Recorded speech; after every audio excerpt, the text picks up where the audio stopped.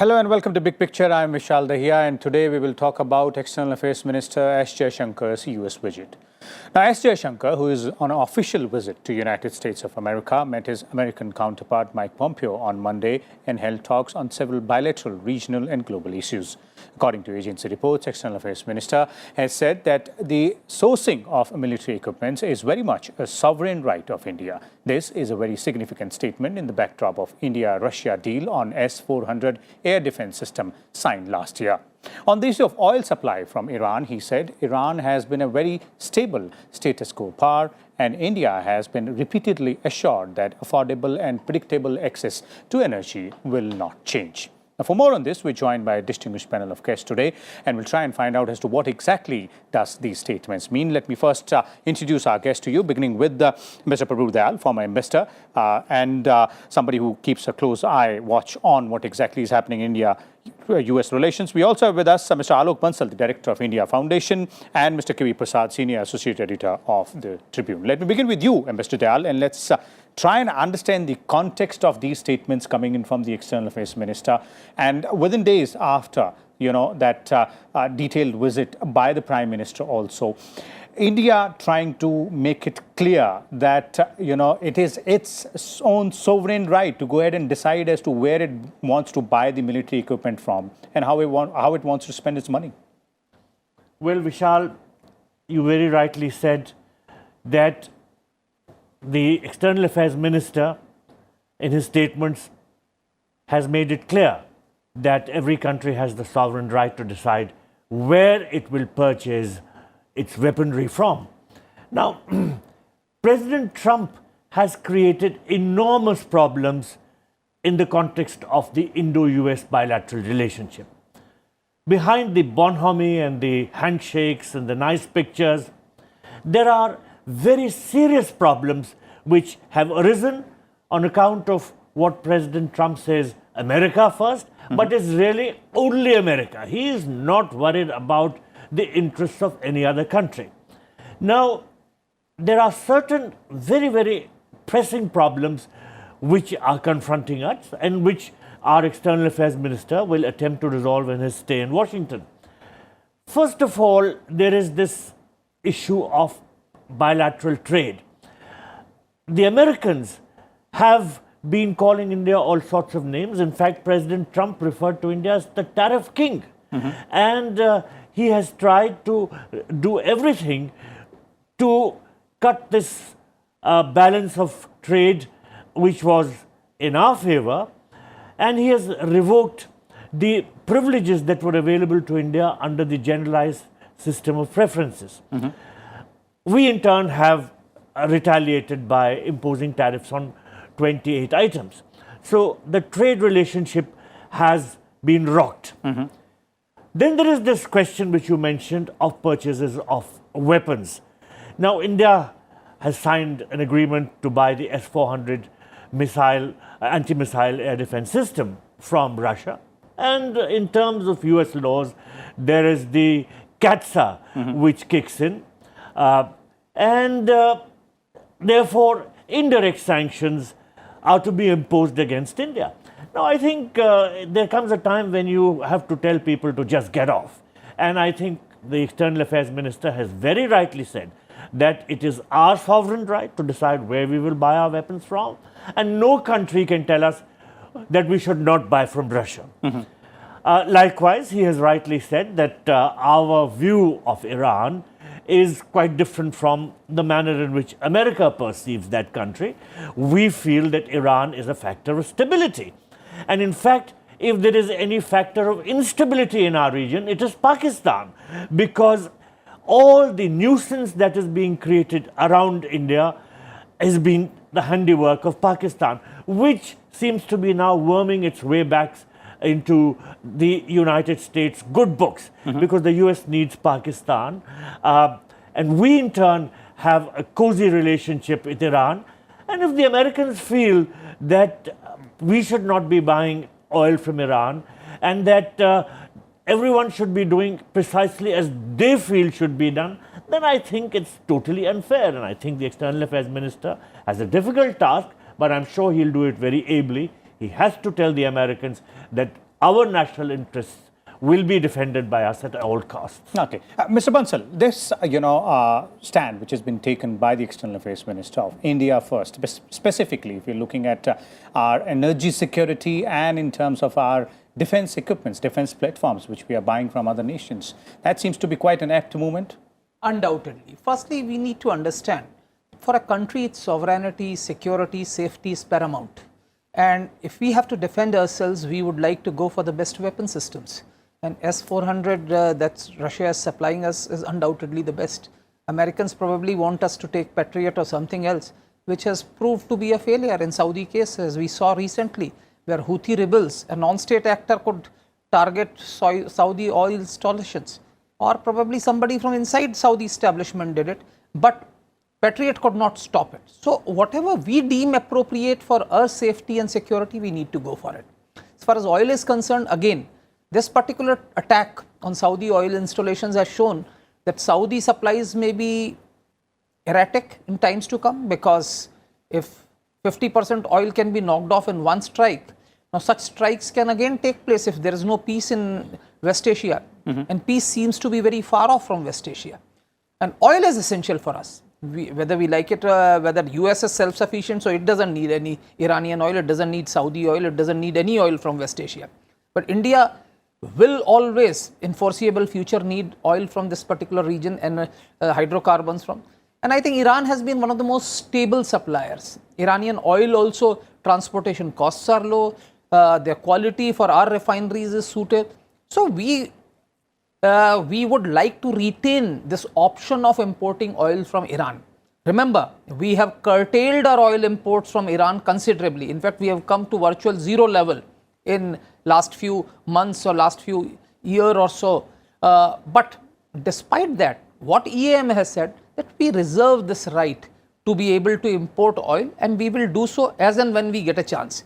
Because all said and done, while India and US have fairly good relations, and Prime Minister Modi's visit to US was a success, there are differences, and as Ambassador Prabhu Dayal said, on trade issues, US has taken us to WTO. So we have differences, we have to get over it. The problem with US policymakers is that they probably look at another country from the prism of somebody who will do their bidding completely. But they need to understand that India cannot be a Japan or an Australia. It will always retain the right to say no. And that, unless of course the American policymakers understand this particular fact, that India cherishes its strategic autonomy, and this is ingrained into our psyche, there will be problems. So this sort of an autonomy India would always exercise, and this, I think, the sooner the American policymakers understand this factor, better it will be for Indo-US relationship. And a clear signal being sent by the External Affairs Minister out there to US policymakers. Mr. Prasad, what's your take on these two aspects, and then the way the strategic autonomy, which Mr. Bansal is also referring to, the way the External Affairs Minister has put it forth out there on American soil to the Americans?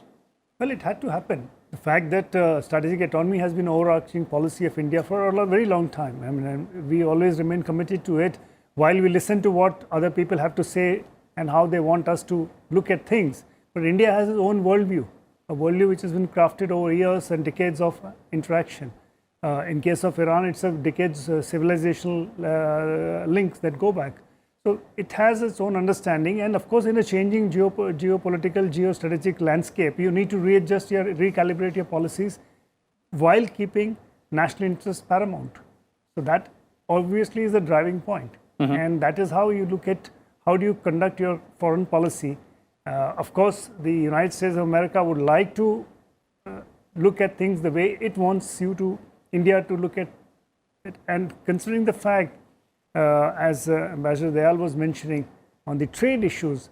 Now, this has been a point of friction for quite some time, and I think one of the reasons why External Affairs Minister Jaishankar extended or stayed back after his visit with the Prime Minister to New York and Houston, or Houston and New York in that order, was this engagement with the US to wrinkle out iron out the wrinkles that have cropped up in many of the spheres. And this is one reason because, of course, while the administration remains the same, there have been a change of faces For instance, the National Security Advisor in America has just been changed. So this gets an opportunity for you to interact and understand what kind of perspectives that happen. So all these are very important in diplomatic calendar. And the fact that President Trump is different from the way he has shown in the last 3.5 years, 3 years plus. And he's also guided by the fact that he's up for re-election next year.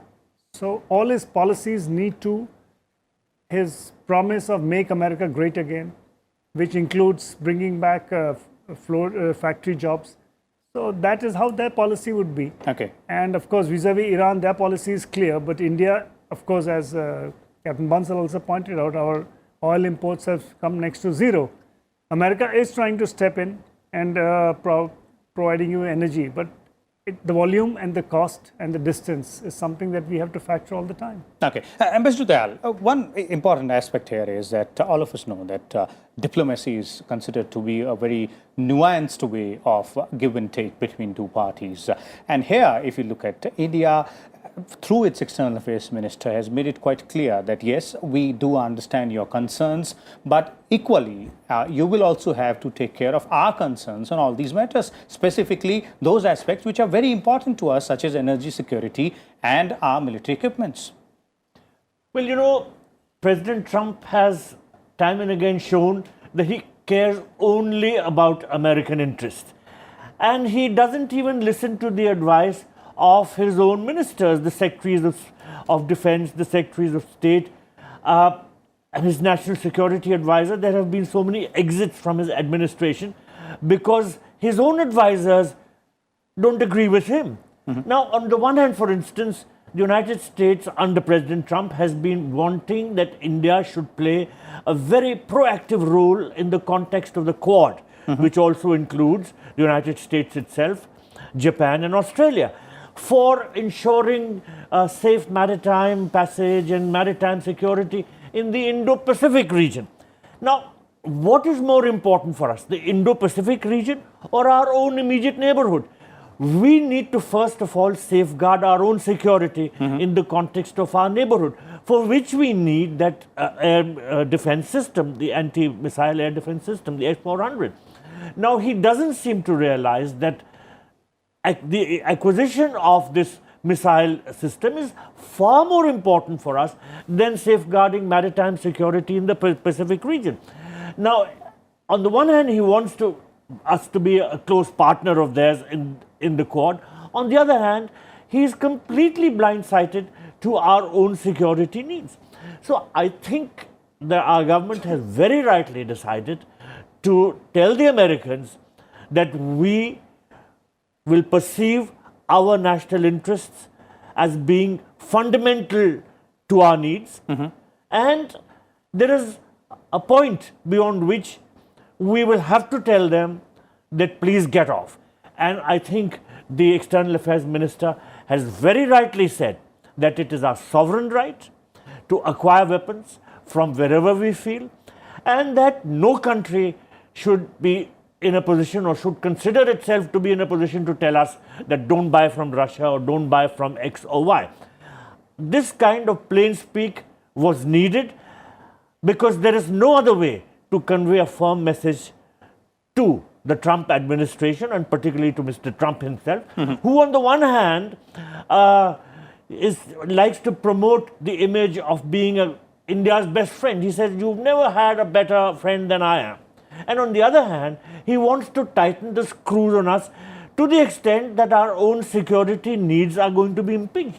So I think our government has very rightly decided to tell the administration in very straight terms that they are hurting us and that we will not take this any longer. Okay. Captain Bansal, if we look at the specific case of the S-400 air defense system, then out here, and as you pointed out, the Patriot system seems to have not been successful out there in Saudi Arabia. But if we focus on S-400 and India's need out here, as has been defined by Ambassador Dayal also, it is our own sovereign right to decide as to what is right for us and what is not right for us. In that matter, India's dealings with the United States of America vis-a-vis defense deals is also very broad. There are several agreements, several platforms on which India and US are dealing with each other. There is no doubt that our defense relationship with the United States has been on the ascendance. We have been increasing our interactions with the United States. So many equipment has been taken with the United States, and the defense supplies coming from United States have been increasing. But Russia has been our traditional ally. As far as defense is concerned, USSR and after its disintegration, Russia has been the mainstay of Indian equipment. As far as military hardware is concerned, this has been coming from Russia. And I think Indian military in its own wisdom has decided that S-400 is a weapon system that we need for air defense. And if we have gone for it, considering the fact that we have nuclear neighbors on our borders, we cannot afford to slip up on air defense systems. And if we have decided that S-400 is the best system today available and meets India's needs, I don't think so we would like to compromise with our security and safety just because United States want that we should procure their system or we should not go for a Russian system. Or they have an internal legislation which, prohibits buying military equipment from Russia. Or because of their CATSA or whatever is the... we have tried and accommodated United States as far as possible vis-a-vis Iran is concerned by today virtually importing zero oil from Iran. But when it starts hurting us, we would need to diversify. We have started importing oil from United States when we are now importing a substantive amount of our hydrocarbon requirements from United States after the recent deals, etc., which have been signed with it. But the fact is that recent past we have realized that the closest source of oil and hydrocarbon for India is the West Asia.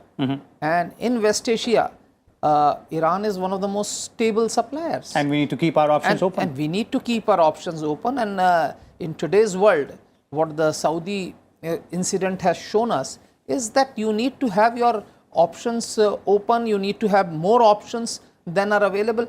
And if India has to progress, it will have to maintain its relations with different countries. It cannot just be driven by US diktats. And I think to that extent, I personally feel even regional comprehensive economic partnership, which many countries in South ASEAN and Japan and Australia have been asking us, is a good forum for us to counter United States. Because if we join RCEP, it will be a far bigger market than the United States. And if that is the case, we could probably balance. If United States imposes tariffs or actually prohibits our goods from being sold in United States, we would have an alternative market. And I think we need to hedge our bets. We need to keep our options open.